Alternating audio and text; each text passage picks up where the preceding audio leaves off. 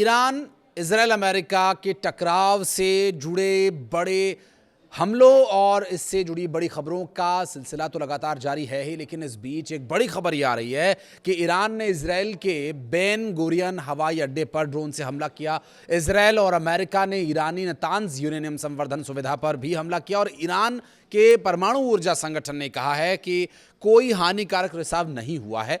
तो ईरान युद्ध विराम नहीं बल्कि युद्ध पूर्ण, व्यापक और स्थायी अंत चाहता है युद्ध का, विदेश मंत्री अरागची का यह कहना है। दरअसल विदेश मंत्री अरागची ने जापानी क्योदो समाचार एजेंसी से कहा और इजरायली सेना ने लेबनान की राजधानी हिजबुल्लाह के ठिकानों पर भी हमले की पुष्टि की है।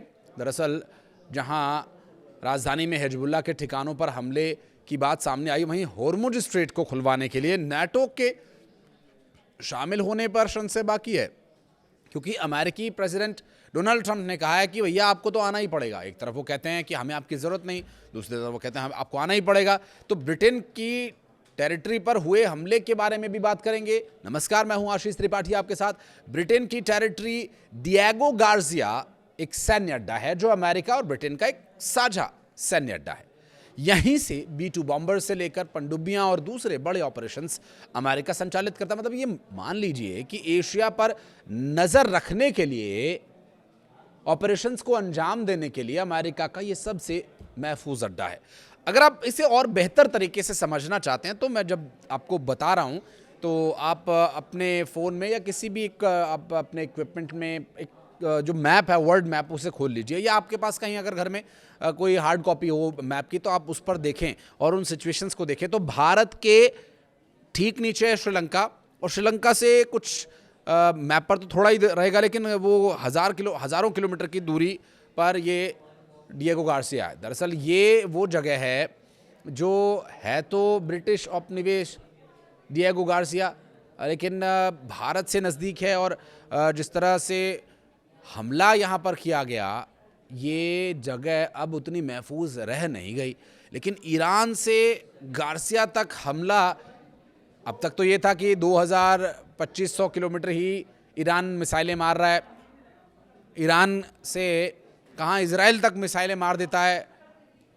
हालांकि वो इंटरसेप्ट हो जा रही हैं या रास्ते में किसी तकनीकी खराबी की वजह से अगर वो गिर जा रही हैं तो वो एक अलग बात है, लेकिन इस जगह पर टारगेट करके ईरान ने यहाँ मिसाइल दाग दी, एक बहुत बड़ी बात है।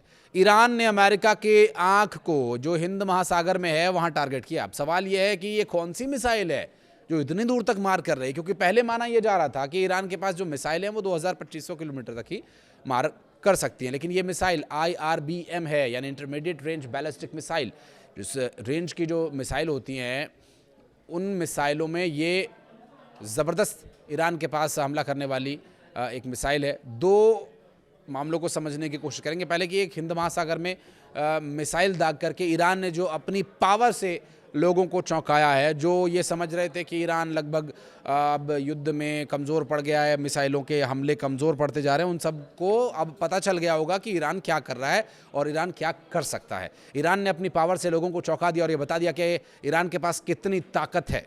ताकत की कोई कमी ईरान के पास नहीं है। और दूसरी तरफ ईरान ने अपने जहाज़ पर हुए हमले का बदला भी ले लिया। भारत से होकर के हिंद महासागर ये जहाज़ पहुंचा था और डिएगो गार्सिया से ही ये ऑपरेशन अंजाम दिया गया। इस बात का जिक्र ईरान के विदेश मंत्री अब्बास अरागची ने भी किया। तो वहीं ईरान के सुप्रीम लीडर मुज्तबा खामेनेई ने भी हाल ही में एक पोस्ट में इस बात का जिक्र करते हुए लिखा था कि ईरान के स्कूल को टारगेट करके बच्चियों की जान लेने का मामला हो या फिर निहत्थे नौजवान नौसैनिकों जो ईरानी नौसेना फ्रिगेट के हैं पर हमला किए जाने का मामला हो, हमारे सुप्रीम लीडर और कमांडर्स की जान लेना हो या ईरान, इन सब का बदला ज़रूर लेगा और ऐसे ही बदला लेगा। लेकिन ईरान के इसी हमले से अब एस्केलेशन बढ़ चुका है।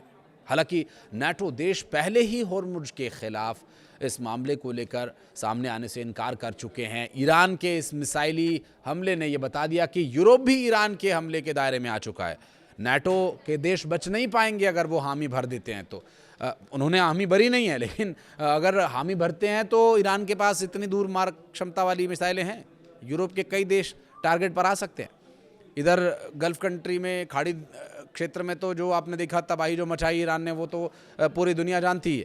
तेल का संकट, गैस का संकट एक अलग ही चुनौती बना हुआ है सभी देशों के लिए। ऐसे में नाटो क्या इस डर के चलते एस्केलेशन में शामिल होगा, ये भी एक अहम सवाल है। तो एक अखबार है जो वॉल स्ट्रीट जर्नल की रिपोर्ट बताती है कि जिन मिसाइलों को ईरान ने दागा वो टारगेट तक नहीं पहुंच पाई, एक इंटरसेप्ट हो गई और दूसरी खराबी के चलते रास्ते में ही ढह गई। लेकिन खतरा बढ़ गया है। ट्रंप ने हाल ही में कहा था कि नाटो देश कागजी शेर है, वो हमारे साथ न भी आते तो भी हम जीत जाएंगे। लेकिन इस परीक्षा में वो पूरी तरह से फेल हो चुके हैं। और डिएगो गार्सिया की इस घटना के बाद ट्रंप ने एक फिर से साफ कर दिया कि हॉर्मुज स्ट्रेट को खुलवाने के लिए नाटो को शामिल होना होगा। ट्रंप ने ये बात दोबारा क्यों कही, इसका मर्म इसी घटना में छिपा हुआ है। दरअसल ऐसे में एस्केलेशन बढ़ता है तो तीसरे विश्व युद्ध की तरफ कदम निश्चित ही बढ़ जाएगा। हालांकि अभी ताज़ा स्थिति की बात करें तो ईरान के साथ रूस और चीन अब खुल करके खड़े हैं। नॉर्थ कोरिया का जो रुख है वो भी अमेरिका के खिलाफ हमेशा से ही रहा है। आपको वो याद होगा ट्रंप का ट्वीट और फिर वहाँ के किम जोंग उन का ट्वीट। वो कहते हैं कि हमारी टेबल पर परमाणु हमले का बटन लगाए, तो वो कहते हैं कि हमारी टेबल पर भी लगा और तुमसे बड़ा लगा है। तो ईरान की तरफ झुकाव जाहिर है किसी से छिपा नहीं है। जर्मनी से लेकर स्पेन, फ्रांस, ये सब भी घोषित रूप से नहीं लेकिन ईरान की तरफ ही हैं, क्योंकि उन्होंने कह दिया हम इस मैटर से दूर हैं भैया। उन्होंने हाथ खड़े कर दिए कि हमारा इसमें कोई लेना देना नहीं है, अमेरिका जो मर्जी कहता रहे। इजराइल और ब्रिटेन के साथ मिलकर के लड़ाई लड़ सकते हैं। और सबसे बड़ी बात गैस और तेल के संकट की बात है, जिसका असर पूरी दुनिया झेल रही है और इससे देखिए कोई बच नहीं पाएगा। सबको तेल चाहिए, सबको गैस चाहिए, सबको ईंधन चाहिए, सबको ऊर्जा चाहिए। उसके बाद पहले देखिए सर्वाइवल की लड़ाई है, उसके बाद आप राजा बने, मंत्री बने, सिपाही बने, वो आपकी किस्मत। वर्तमान परिस्थिति अभी सर्वाइवल की लड़ाई है। अमेरिका तो अपने आप को स्वघोषित राजा मानता ही है, लेकिन अगर तेल नहीं पहुंचा, गैस नहीं पहुंचा, रास्ता बंद हो गया, सप्लाई बंद हो गई, तो फिर राजा भी भूख से तड़प तड़प के मरेगा। वीडियो को यहाँ तक देखने के लिए बहुत धन्यवाद।